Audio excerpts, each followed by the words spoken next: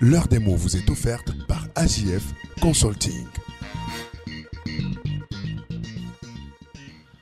Alain Patrick Fouda est avec nous depuis Yaoundé ce matin. Vous avez le bonjour des auditeurs. Mesdames et messieurs, bonjour. Ce matin, vous avez choisi pour nous un mot, comme de bien entendu. Effectivement, j'ai choisi pour vous ce matin le mot baignade.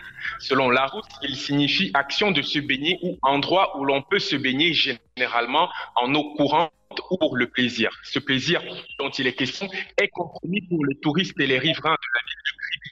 La faute à ce que Cameroun Tribune a récemment appelé la dictature de l'océan Atlantique, laquelle se traduit par la violence des vagues, elle-même la traduction de la furie des eaux.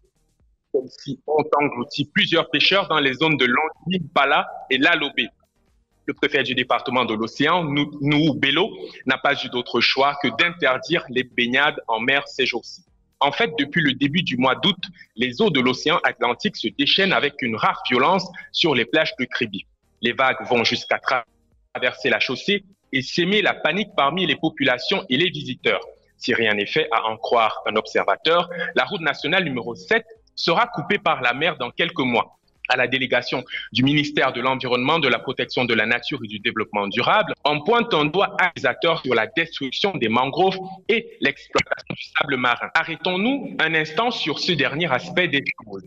De passage à Kribi, il y a bientôt un mois, j'ai rencontré deux adultes armés de pelles et de brouettes en pleine séance d'extraction du sable de la plage au lieu dit Tara-Plage, non loin des chutes de l'Alobé. Pour justifier leur acte, ils disent n'avoir que cette activité pour vivre et ne veulent rien savoir de l'effondrement environnemental. Voici en substance la réponse qu'ils m'ont donnée. Ceux qui sont aujourd'hui au pouvoir à Kribi ont bâti leur maison grâce au sable de la mer. Pourquoi ils nous demandent d'arrêter de creuser le sable une fois qu'ils sont à l'abri du besoin? Il n'y a que deux options. Soit ils nous tuent, soit ils nous laissent creuser et vendre le sable pour vivre. Il n'y a pas une troisième option.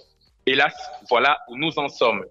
Un natif de la ville, un natif du village de Bibamwe, il s'appelle Jean-Louis Malonga, interrogé sur les causes de la furie des eaux, croit que ce déchaînement des vagues est l'expression de la colère des ancêtres. Peut-être bien, mais peut-être pas. Parce qu'en réalité, exploiter le sable d'une plage, c'est détruire l'écosystème marin et côtier en même temps que nuire à la biodiversité marine. C'est compromettre, par exemple, les chances de survie des tortues marines qui pondent et enfouissent leurs os dans le sable de nos plages, sans oublier les conséquences de cette pratique sur le climat. Au plan économique également, ça craint.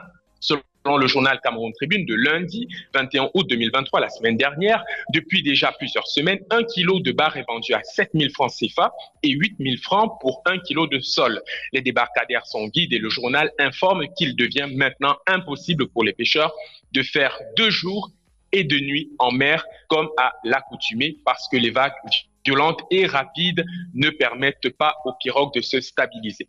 Les ancêtres ne sont pas fâchés, c'est bien nous, les Camerounais, qui avons appuyé sur le bouton déranger et la nature se donne un malin plaisir de nous le signifier. Si donc vous allez à Kribi pour profiter en famille de cette dernière semaine de vacances, faites gaffe, les baignades sont interdites ou tout au moins fortement déconseillées. À demain pour un autre numéro de l'heure des mots sur ABK Radio. L'heure des mots vous est offerte par AJF Consulting.